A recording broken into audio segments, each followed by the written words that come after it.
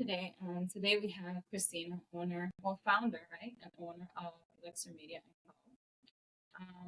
I would introduce you, but I'd rather you introduce yourself because I feel like you might wear many hats, I feel, but I want you to explain more of who you are and what you do. Yeah, so my name is Kristina Knapp. I'm the CEO and founder of Elixir Media Co. And we help women find fun and ease with growing their businesses online. I wear many hats. I'm not going to lie, I don't wear that many these days. Now I um, know you do more. yeah, I mean, for sure. I started this business 7 years ago and I started out wearing all of them. And now I've created, a really beautiful circumstance for myself where I get to just stay focused on the things that I love to do. So So with that being said, because I know on your page it says marketing and branding, right? Or yeah, we so do don't you really work too much on branding, but definitely marketing. but I feel like so just to clarify that a lot of people feel like branding is marketing. And I've noticed Mm. that now working with a lot of women that are like, "Oh, my branding," and I'm like, "Can do you know how to formally explain the difference?" Because I don't like to say the incorrect stuff, but I was once confused as well because I also Mhm. thought my logo was my brand and that was it, right? And like people knew me because of that. And then I'm like, no, branding is more like deeper, I feel, versus marketing is, I think, more upfront. Am I wrong? I think there's so many different ways to look at it. Right. And I think, I understand why people mix the two and I don't necessarily think that that's wrong either. I think it can be so much of whatever we want it to be, and I think in the very traditional sense, like yes, if you talk to a marketer and you talk to someone who's in branding, they're going to tell you it's a world of fucking difference. But the truth is like, when we're showing up online, we are, putting out there a piece of ourselves. And when people come in contact with our profile for the first time or just come across, someone sharing you in an Instagram story and they land on your page, to me, what embodies marketing and branding is like, okay, what is the feeling that they get when they come in contact with you for the first time? And I think being really intentional with that um is where we can start to like dive into things that we can do and how we want to be perceived. And I think that yeah, absolutely, the branding and the marketing very much interlace there. I don't know where the fuck I was going with that, Josie. Do you edit But this? I think you Like, please tell me you edit you this shit. answered a lot because it is. I feel like it's confusing for a lot of people, and then some people take you know think too much. Like I'm an overthinker, as you know, and I always overanalyze everything when you have to just simplify life. I feel like lately I'm Mm. learning to just simplify life so that it's not as hard as it's always. It's not as hard, and it's supposed. I don't think it's supposed to be as hard as we make it. So even when Mm. it comes to marketing yourself, putting yourself out there on social media, your brand, prepare yourself for the day. You know what really excites me is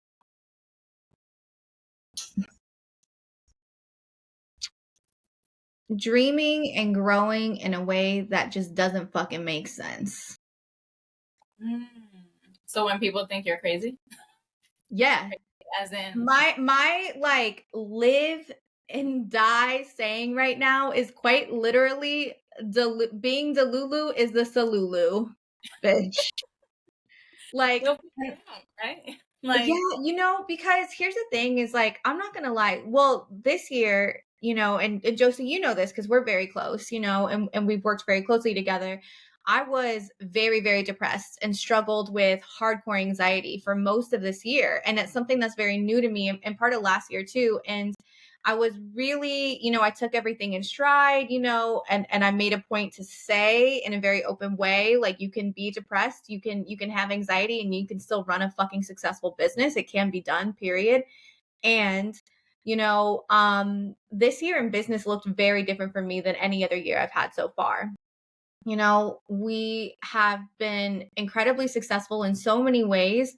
And this year, I really was chilling.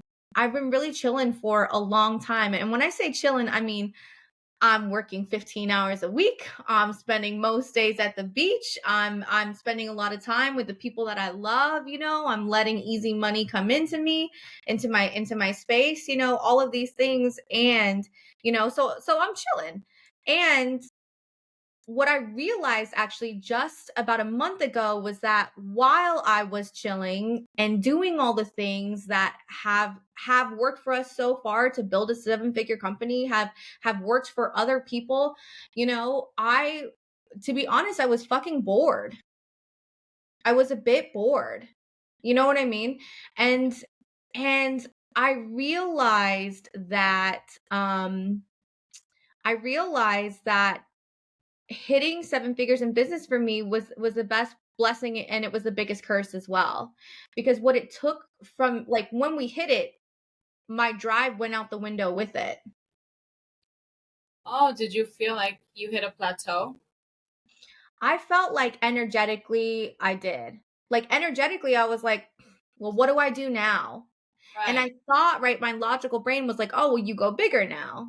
Okay. So then I sat there like at the beginning of this year and I was like, okay, so what do I do? Do I hit 2 million? Like, that didn't feel exciting. So I was like 5 million, 10 million. I kept going up. I'm like, private jets, like, what, how big do I need to go to be excited? And what I realized is, like, none of this is exciting me. And I was like, okay, so I'm in my feminine energy. Instead of pushing, pushing, pushing, maybe the answer is sitting back, because that's what I know to do. Let me sit back, let me receive, let it come to me. And so I waited and I waited and I waited and I chilled hard. I chilled hard. I chilled hard. Money is still coming, like, business is still operating per usual. And at the same time, again, about a couple months ago, I was like, you know what? I brought this to my coach. I said, I don't know what to do. I said, I realized in that moment I defined a big part of myself from my drive, not just from my productivity, but from my drive specifically, and also from the fire that I have. And I felt like I was. Wow. And That's that was a powerful. really powerful moment.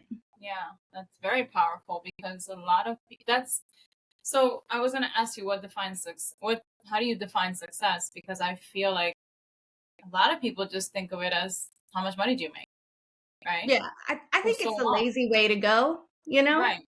But you just said like you hit a number and you were like, all right, well, what now? Like you wanted more, but not just the money part of it. It was No. like there was something missing still, right? Like, Yeah.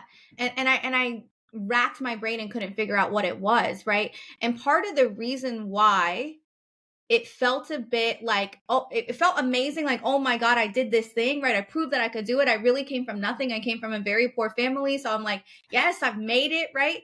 And at the same time, it was incredibly anticlimactic. Yeah, anticlimactic, because I had already created that seven-figure version life before I hit seven figures. So I was already chilling and living that lifestyle before, not in terms of like buying things. I'm not a materialistic person, you know? To me, like a truly rich, fulfilling day is like a day spent with my family on the beach, losing track of time, sipping on coconuts somewhere where the water is beautiful, sunshine coming in. That's me living my rich life. Right. So I hit seven figures and I was like, okay, this is amazing. And then it was like, oh, wait, but nothing has changed. I don't feel any different. Right. And I realized that, wow, this entire time I have been letting the need to prove myself drive me. And once I hit seven, I was like, I no longer had that need. So what's going to drive me now? And what I realized, again, just a couple months ago, is I needed a different type of fuel. That well, fuel doesn't work for me anymore. Right. I'm not interested in doing it that way anymore. I'm not interested in,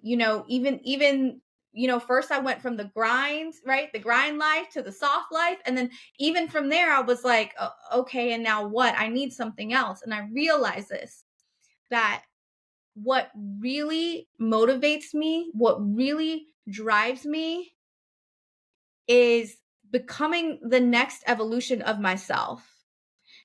And when I really push myself and stretch myself to think so fucking expansively that it changes every single piece of my entire fucking life and every life of everyone who's in my life, that's the type of growth that drives me. And suddenly, when I was able to like force myself to sit down and do all the things I make my clients do, right? Yeah.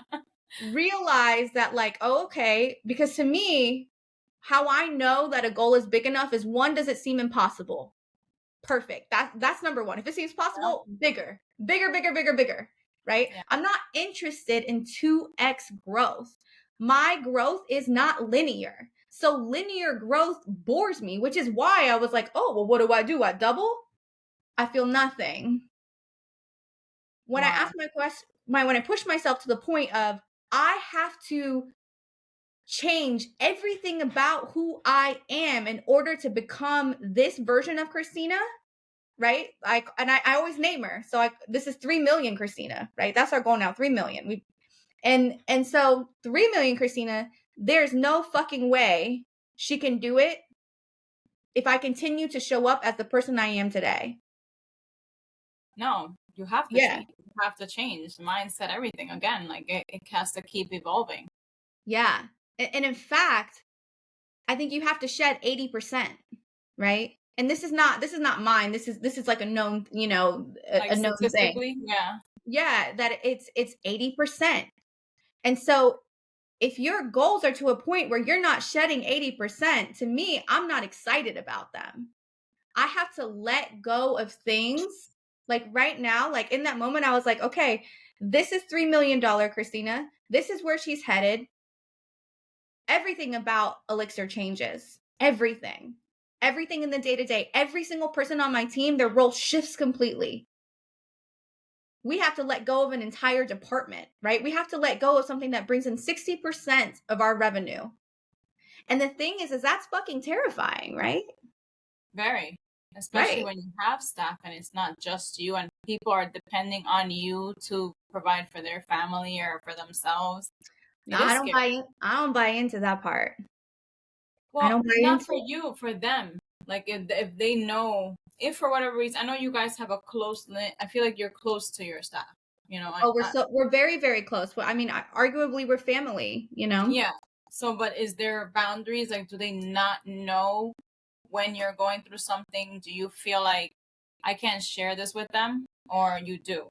I do. And I've been so intentional in creating and cultivating this type of company culture where I am very open and transparent with them. So literally the next day, because I saw it, right? I was like, okay, this means that really I can go from a team of 6 to 1. A team of 6 to 1, which to me, I was like, oh man, that feels so good to have one person, to have a smaller team, right? I've had a team of 22. It's not for me. A lot of people love it, not for me. I don't like to be a people manager, I know. So I went to my A player the very next day and I said, "Hey, I had this incredible download. That's what I call it when it all comes in. I had this incredible download from wherever, from astral planes, from God, from heaven, from the universe, right? I had this download. I have this new vision. I'm so incredibly excited about it. This is the next level. This is where we're going. In order to do this, here's what you do now. I'm going to need you to do a complete 180. This will be your new role. It's got nothing to do with what you do now. Are you game? Are you on board? Do you want to, do you want to stay on this journey with me?" And immediately she was like, "Abso-fucking-lutely. Yes." I think after they see the growth and everything you've done, I don't know who would say no. Thank you. I've only known you since like fit in person since last June, July, and I've seen just so much since last year, and I'm like, shit. If I was someone that needed a staff or a team, I would want one like that because I feel like they're die hard. Like that's it. All Oh, they guns blazing. are. We're done. But And you I feel like it's say, beautiful. yeah, but you say that you would automatically say yes, but some of my team members said no. No, And I know there's gonna be some that are not with it, yeah. obviously. But I feel And like you're a team person, which I Mhm. feel like I know who you're talking about. I just feel like when you're a person that when you grow, everyone grows. Like you said, everyone around you comes up. If they don't have the same mindset, they're gonna say no. They're not ready. They don't want change. They don't like it. That's different behavior for them. So I do believe people are gonna be like, no, I don't want that. I wanted what I'm doing. I don't want to have to do something different, whether money changes or not. This is, that whole change mentality. I don't want that. Yeah. And And to me there's no shame in that, no, like we all live very different lives and we all have very different goals. And I do think that it's my responsibility as a leader that for people who I want to be invested in Elixir, invested in the growth of Elixir, it's my job as a leader to paint how their personal growth is aligned with the company's. That yeah. is essential if you want people who are going to be with you for years, right? Because my team, they've all been with me for years. Some of them 5 years, some of them 4, some of them 2, right? And yeah, and I see that as part of my responsibility. You started by yourself right away? 7 years ago when you launched this, it was just you? Yeah, girls, me for 3 years. For 3 Really? years I struggled my ass off by But you myself. were doing so. Basically 3 years, so 4 years ago, around that time, whatever. Let's say 5 years ago, you did everything that you're doing now, or it was total. Was it a different company or like same name but like different? Everything was different when you guys did. Everything was different. Yeah, for the first 5 years Elixir was 90% of our business, not 90, but at first 100% was being a social media agency. That's how Elixir started. And the greatest thing about being in business now for a while, which I know that I feel like you can really appreciate too, is that you collect proof along the way. You Right. collect proof along the way. And one, They don't good want us to God, be. I just feel like this call, Josie. What is going on, bitch? What the fuck is happening? Sorry, my dog will probably bark soon. Oh It's my okay. lord. Okay. Whoa. What was I saying? Oh, Oh, proof, collecting the proof, right? And here's why, like stepping into this new evolution of myself, this new insanely expansive in every single way, why it's not as scary is because I've done it before. A few years ago when Elixir was still mostly a full service agency and I decided to pivot into video creation, right? Focusing on Reels and TikTok when that wasn't even like really a huge thing yet. yeah. People didn't even people know most people weren't even posting them yet. And I was like, no, this is what we're going to be known for. And then also stepping into my power with coaching, making that shift, I had to shed at that point, 80% of our business then as well. And it was fucking terrifying. But I knew that if I continued down this road of doing this thing that I didn't want, that my heart was no longer in, I would never give the next evolution of myself a fighting fucking chance, because so much of my energy was going towards the part of the business that I no longer had my heart in. And it was terrifying. And at that time, I'm already like, I'm a breadwinner in my family. I'm taking care of, at that time I had a 22 person team. And I still had that mindset of like, all these people are depending on me. It's feeding how many families? And I had to shed it. Not only did I have to, like tangibly shed this entire department and revenue stream that people knew us by, I also had to shed a lot of mindsets as well. And I had to shed a lot energetically and release that. But once I did, that's how we were able to go. I think at that point we were making like 100K, and that in that same year, in less than 6 months, we hit 350. And I would have never in a million years thought that that was possible. Do you Never. think that that was one of your business like successful ventures, like that moment, or is it something else you would think? Because I know you're doing now, aside from the marketing, the Reels productions, which is Reels TikTok production, which I want to get into a little bit, but or is it the retreats now? What was like your wow? This is really our most successful venture that we've launched or that we've created or that you've created for the company. I can tell you that the most successful, like the thing that has brought in the most money, period, and brought in the most clients and brought in like the highest paying and the premium clients is always the thing that I'm the most fucking lit up about. And it doesn't matter what it is. And it changes all the fucking time. Oh, I see what you mean. I was waiting for you to say something, but now I'm like, which one's that? Because I'm like, what are you most excited for? But I'm like, you're always launching something different and you switch it up. And I feel like you know what's needed when it's needed. And that's when you're like, all right, I'm throwing this out there. And it sticks. It sticks because you know who you're selling to. And that's a big thing that I've been working on the last year because I'm like, trying to find your clients, like speak to your clients, like that whole putting yourself out there, make sure the right people is who you're attracting. And for a while, I was attracting whoever the fuck would just pay. Like, okay, you have money, let's do this. Because I Yeah. had hustle mentality. I've lived that for Mm-hmm. so long, but it's Mm-hmm. so exhausting. Like, no one wants to do that shit forever.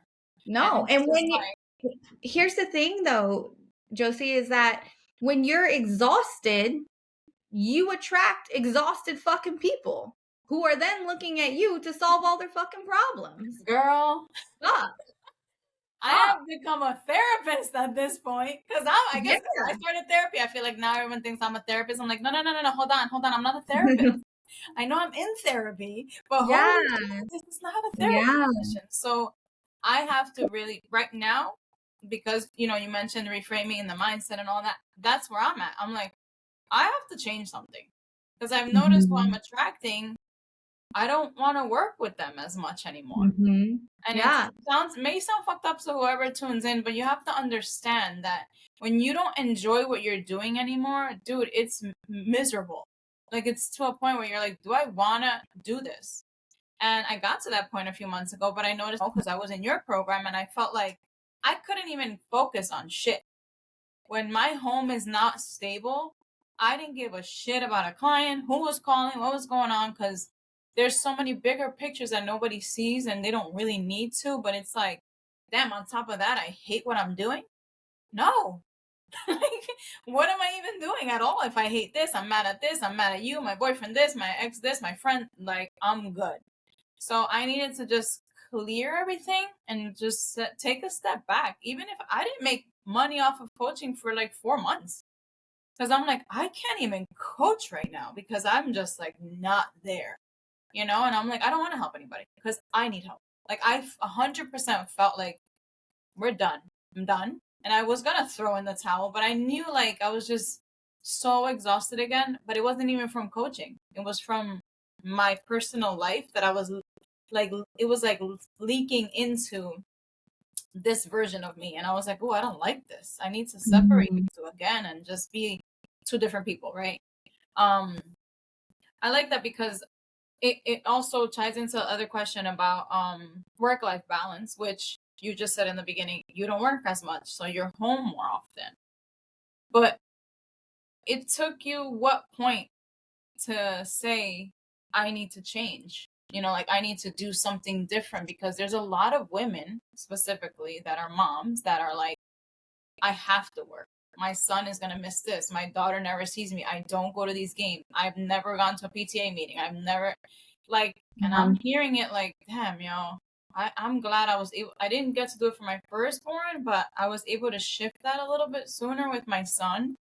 And your daughter's still little, that I see you guys and I'm like, yo, their bond is, and I be fucking crying here because it's so cute. And I'm like, yo, if only people that knew how hard it can be to get there, but when you're there, how much of a fresh breath of air that is. So like, what was your, like, I don't want to call it a breaking point, but maybe it was where you decided, nah, I'm not fucking doing this. Like, I need to Yeah. change. I've been incredibly lucky in my life, in my entire life. And I know a lot of people may or may not see it that way if you really knew what my life was like, but I really believe that. And I think I was very, very lucky to be gifted, a father and really parents who weren't very present at all. And that's to put it lightly. I love them so much. I'm so grateful for them. Now I talk to, at least one of them every single day, and I would consider them to be some of the closest people in my life. Not some, like they are very much the closest people in my life, And they weren't present at all, growing up. It just wasn't something that was, there's a lot, right? Your dad was in the military? Yeah, he was in the Yeah. military. Mhm. Oh, I remember that. Okay. Yeah. Yeah. Even that So, alone is a lot. Even that, I know yeah. you're smaller, but still, like, obviously he's out. Like, you know. Yeah. Yeah, and here's the thing is that my parents prioritizing work, I really truly feel like was a gift to me because it made it so clear to me my entire life, even before I knew that, well, I didn't know I wanted to be a mother till I was pregnant and I had no choice. I know. But yeah, I knew immediately, or even before I had a kid, what type of parent I did not want to be because of that. Oh, Yeah. I was And waiting. and I Like, I know she's gonna say some powerful shit. But yeah, it was like you were lucky that you had them not around, and I'm like, wait, where are we going? Because okay, it makes yeah, sense. and yeah, I really truly view it as a blessing. So I knew like the minute, that I really truly accepted that I was pregnant and that I was going to have this baby, that, I knew what type of mother I wanted to be, and I wanted to be present, and I never wanted my kid to feel the way that I did. And again, I really truly think that's a gift. And I would not be the incredible fucking mother that I am today if I had a different experience growing up. So I am insanely grateful to that. And so the second I found out I was pregnant, I had Elixir for a little bit at that point. That's when everything it was no choice but to shift for me. But I'll tell you when it actually did, because I still worked a lot. I still was in that grind mentality, right? For years. It shifted for me when I realized truly that balance is a fucking lie. It is fucking bullshit.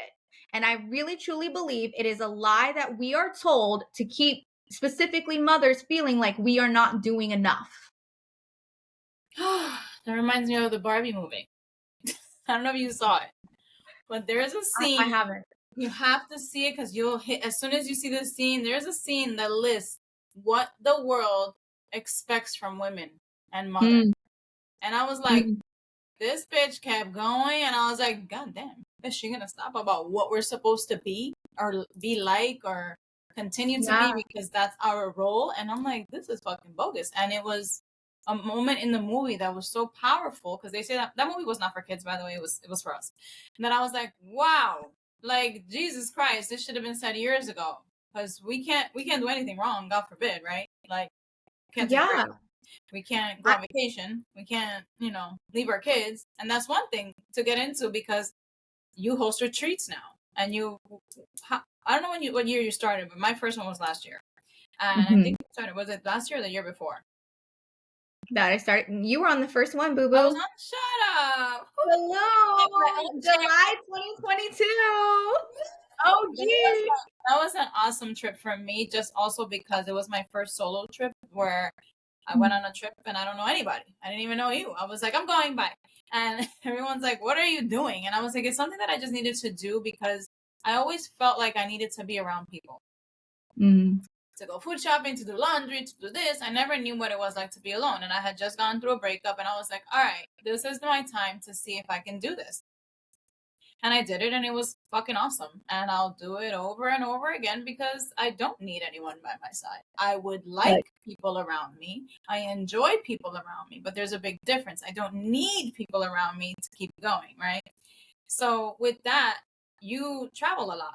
And I do. I feel like you are surrounded by such a close, like you said, close knit family. Your husband seems to be an amazing man that supports what you're doing, which is really, really hard in this world of entrepreneurship because when you have a partner that may or may not own a business, they don't always understand what the hell goes on our crazy brain because they're like, yo, are you serious? Like, again, another idea? Like, what's wrong with you? Like, I've heard so much, because I used to be like, well, what's wrong with what I'm saying? Everything I'm saying is perfectly normal. But people that work regular jobs don't think like us. So when But you the Lulu is the Solulu. What I say? What I say? no, but when you have a partner that's like, I know we're good and everything's fine, go ahead, take your trip, go on work. I feel like it makes it even better and an easier process to just be like, all right, I'm going this date, you'll be good. All right, I'll be back. Because you know everything at home, the house ain't gonna burn down, your kid's gonna eat, he's gonna be fine. But then, like, what's your advice to women that are going through this where they have a partner, and it could be their husband or, living children's father, because that's the one that kind of, Or wife or girlfriend. oh, girlfriend. I was gonna keep going, but I'm saying, like, the father usually of the child that they have to babysit when you're away, because I hate when guys call it babysitting to their own kid. It's fucking weird. When they tell you like, oh, but you're the mom. The fuck? And like the partner, anybody that feels that way, it's like, that's not fair. Like, what's an Yeah. advice you would give in the situation where someone's like, I don't think I can continue my business because it's affecting my relationship? Because I Oof. have people come to me for this, and I'm like, I'm really bad at this, but I feel like you need to break up. They gotta go. They gotta go. Fuck them. Like, you might want to reconsider Hinge or one of those apps, but I don't think it's fair to the person that is trying to grow a business and not have that support, Yeah. Yeah. I mean, I'll say this two things. One, I want to go back to balance really quick because I don't like to leave people hanging. I don't want to say fuck balance. And it's like, okay, fuck balance, but I'm over here still struggling, you know? Oh, yeah. Yeah, because we talked about especially women who are still, who are still in the grind and it takes a process to get out of it, right? The reason why I say balance is a fucking lie is because I feel like the real answer and the key for me was presence. Mm. It was about being present because I noticed that even when I got to a point where things felt balanced, on the schedule, like, okay, I'm working a reasonable amount of hours. Back then it was 8 hour day to me, unacceptable. I cannot go for that long. I'm at a 4 hour max these days. But back then I was like, okay, 8 hours working. And then I'm here with making dinner and being with my family. But I wasn't really. And so I still felt a lot of guilt. I'm feeling guilty when I'm at work because I'm, not spending time with Violet. I'm feeling, pulled when I'm with Violet because I know that there's emails waiting for me. So I'm checking it, right? And that was the thing is I'm still kind of working from my phone when I'm with my husband on my couch, and I'm thinking about Violet and all the things that she needs in the grocery list when I'm at work. And so even when systematically it was balanced, it wasn't. And when I released trying to be balanced and I really leaned into, okay, whatever I'm doing, I'm going to be present as much as I can, right? And this is coming from someone who is a natural busybody, okay? And my mind is always racing a million miles a minute. I know. And once I started to do that, be really intentional and prioritize presence so that when I'm at work, I'm a CEO. I really am not thinking about Violet or dinner or Jake, or my friends. When I'm with Violet, I'm sitting on the ground with her. You know what I mean? I'm completely present. I'm jumping on the trampoline with her. I'm taking her, on a walk. I'm completely present wherever I am. And so I know, again, from being a child of very absent parents, I know what 15 minutes of direct eye contact and just sitting on the floor with them and saying, we're going to do whatever you want to do. I know how impactful that is. And so, yes, I travel more than most men who travel for work. There are times where I am out where I'm on a plane going to 3 different places in 1 month. Or I'm spending 2.5, I just got back from Spain without my family for 2.5 weeks. I'm about to be in Portugal for another 2.5 weeks. And I have zero guilt because when I'm with my daughter, I am with my daughter. When I'm with my husband, I'm not checking my phone, I'm with him. You know what I mean? And that presence allows me to feel really good about how I'm showing up for them. Oof. Presence is so huge. Presence is the key. Presence is the key. And the thing when you said I'm home, but I'm not really, I went through that heavy. And I know a lot of my friends still do it, even family members, that they're home, but they're not mentally home. And it hurts to hear it from your significant other. It does. It hurts from your kids. It's the worst when they're older and they're able to tell you, you're not paying attention to me or you're never around. That shit fucking hurts. But you know, it's unfortunate when you are doing it alone. It's like you don't have a choice, you know, but it's so good when you have that, you know, backbone, basically, that person that's like, yo, I got it. We're good. Do what you got to do. Because he knows that you come home and you're present. That's so big. Like you said, the 15 minutes of eye contact, I never thought about that, but that's huge. And thank you for sharing that. I don't have too many more questions. Just, I just want you to explain as far as what is a reels day? What is a production day? Like what is a day with your team? Because I know we went back and forth with work and personal life, but just so people know exactly what your team does, because I know you don't go out as much anymore. Right? Or at all. But they can request you or no? Is that not? Wait, are we editing this or no? I can. You want me to take it out? Yeah, because we're not doing reels anymore. At all? That's the shed, baby. Oh my God. That's the shed. That's why I said every single person on my team shifts. Most of my team is in the reels department. We're not doing reels anymore. Okay. So then I'll cut this out. Okay, so then hold on. What was I getting at? We can talk about retreats. We can talk about Are you doing any of the production? None of that stuff anymore? Wow. Okay. Okay. So then, hold on. Let me reword it.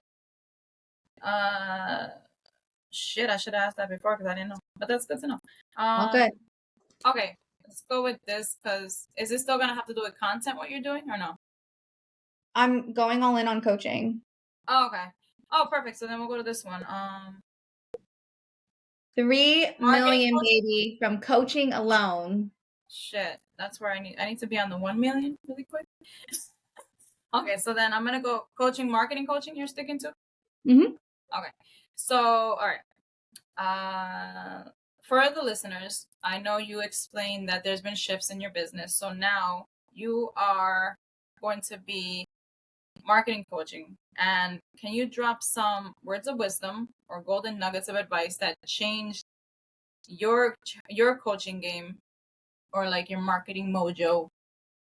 You know, what triggered that for you, and like what do you feel is most important when it comes to marketing, really?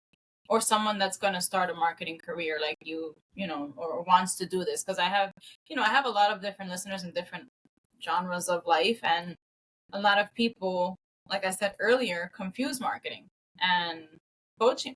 Marketing coach is totally, I've always called you my marketing coach, whether I told you or not. I literally mentioned it this afternoon because somebody said to me, I'm always scared to do something that someone else posted or that someone else did. And I'm like, I literally just text I DM my marketing coach, like, oh, I'm posting the same reel. Yeah. She said, get it, girl. I'm like, no one cares. Like, no one's the first one to do anything. Like, you know, we can't think like that. So like, what's some words of wisdom that you would share in that world for someone that's like struggling with marketing, or that, you know, why would they need a marketing coach? You know, I feel like dependent on the day, my answer changes. You know, what's something that's really important? What feels really alive to me right now is really getting out of the grind in marketing as well, with you know, push and I don't mean selling. I love selling. I love inviting people to my offers. I love inviting people to my mastermind, my retreats. I love inviting people to pay me money. Okay. Yeah. I'm really great at it. You are. I'm when I say like push, push, push, you know, it's kind of like in business when we're pushing, pushing, pushing, pushing, pushing so hard to make things happen, and we're racking our brain and we can't figure out why. And then something shifts and we decide to sit back and we decide to magnetize and we decide to elevate our frequency. So often when I see, especially, entrepreneurs that are really struggling online, or that are, are not quite yet to where they want to be, and they want to call in more people with their marketing, they're operating in a low frequency, in a dense frequency that's very much down here, right? And when we're in that space, kind of like we said, when we're exhausted, we attract exhausted. And it's because energetically, scientifically, even if you measured our energy, our frequency is low. And therefore, the only people that can hear that sound, that can hear that attraction, that are being pulled, are people on the same frequency. So my point is, elevate your fucking frequency. You want to work with higher, premium clients. We can't stay here. We have to elevate it. And I think for me, figuring out how to do that was an absolute fucking game changer. And that's really so much of like the conversations I'm having now, like in my mastermind with my one-on-one coaching, is like, how can we elevate the frequency? And it's by what we talked about earlier, right? Elevating everything around us, elevating our highest vision, not only for ourselves, our highest vision for our company. And then once you're able to envision that, live it minute by minute, stand in the highest version's shoes, right? Really, truly embody it, then you can start marketing like your future self, like your highest self, right? And your highest self, I promise you, has a higher frequency than where you are now. And that was a huge realization and shift for me and for my clients. And it makes everything just so much easier, right? And it's less of that push, push, push, push, push, and more of that sit back, right? And with a confidence, you know what I mean? And really, really leaning into who the fuck you are and owning it and stepping into that power. And once you're able to do those things, again, like the frequency at which you're vibrating and putting out into the world is completely different. So you attract completely different people. That is huge, because it was weird because it reminded me of like the ocean. When you said down here, only, like low frequency, only low frequency people hear you. And I just immediately thought of like, only certain fish can hear certain fish because they're down there. Whales hear whales because they're up here. Like, you know what I'm saying? So like a whale is real big, so we need that big energy to really show the fuck up. And that's like one of the biggest also reasons why I went on the retreat, because I wanted to show up again confidently, bigger. And it still took me more, even months after that, to be like, all right, I'm still not ready, but I'm getting there, and that was a huge experience. And I feel like anyone that works with you will understand what I mean, because I can't say it anymore. But they have to actually experience that, right? Your retreats, is it marketing? Same thing like we've done? They're all going to stay the same? We're going to do... Are you cheating? I'm not. There may be different types of retreats to come, because you know me, I love the retreats. I love the retreats. I love to surprise my clients, so there's some things we're doing differently. So we have one coming up. Yeah, we have one coming up in a month in Portugal that Josie is attending. And so we're doing things a little bit differently, not too crazy, but just to elevate, to higher that frequency that I'm really, really excited about. And again, that's something that I've built into my business, room for myself, because I know I am always evolving. I know that I invest in myself in ways that there is no way that if you knew me a month ago, you know who I am today. In fact, like someone I was just on a call with, literally yesterday, I showed up and she was like, "You look like a completely different person." I said, "Oh yeah, bitch, you saw me 2 weeks ago." You're like, you don't know all the shit I've done. Yeah, I'm not her anymore, but welcome. I'm so glad you're here. Hi, I'm Kristina. I'm the next version. but it really truly is that. And so I feel like every retreat that we do, it's like leveled up, new experience, higher mindset, higher growth, higher frequencies. So I'm really, yeah. So I'm not going to give anything No, away, I but don't want you to. I don't want you to, they're but I'm very, glad that you shared that you are expanding that, because that is huge. Mhm. It's just huge. Mhm. I know that your brain works like more than a mile a minute, so I knew that it was going to evolve, and it's not in any bad way. I know it's gonna add more value to everyone's life. Whoever attends, this will be my third one in a year and a half. People think I'm nuts, but I'm like, I don't care. I'm going. But my last question, which I like to ask people, is if you could be remembered for one thing, what would it be? I know that people will remember me because of how they were able to believe in themselves just by being around me. Oh, that's a good one. I like that. And I can attest. I can attest. I like that. And I like that ending. I appreciate that. Let everyone know where they can find you. I am gonna put in the show notes and all that stuff, but let everyone know if you have anything coming up, if you have whatever you want to share, and I'll write it out too. Yeah, so you can find me on Instagram. I live on the gram. It's at Elixir Media Co. And I'm like, come say hi, DM me. I'm always in there. It is me. She And I responds. love it when yeah, and I love making connections. And what we have coming up, so we do monthly trainings. We have the Elixir Dare coming up in a couple weeks. It'll probably be done by the time this comes out, I assume. Yeah, Um, probably. It might be, yeah. yeah. But we have monthly trainings that I'm always announcing on there. You can get on my email list. The link is also in Instagram. And yeah, I would love to have you come in. And we're always, the beautiful thing is that we're always evolving and we're always changing. So are our trainings, and they're always new and they're different, and there's always, an element of fun to them and building in ease, because I really truly believe that whether it's business or life, like you said, it doesn't have to be as complicated as we make it. It can be really fucking easy to make money. It can be really fucking easy to create a life of your dreams. You just got to be willing. That part. You just gotta be willing, and I know you are, and I will be ASAP. But thank you for your time, and yeah, we are. Thank God, less than 50 minutes. Perfect. I'm gonna stop this now.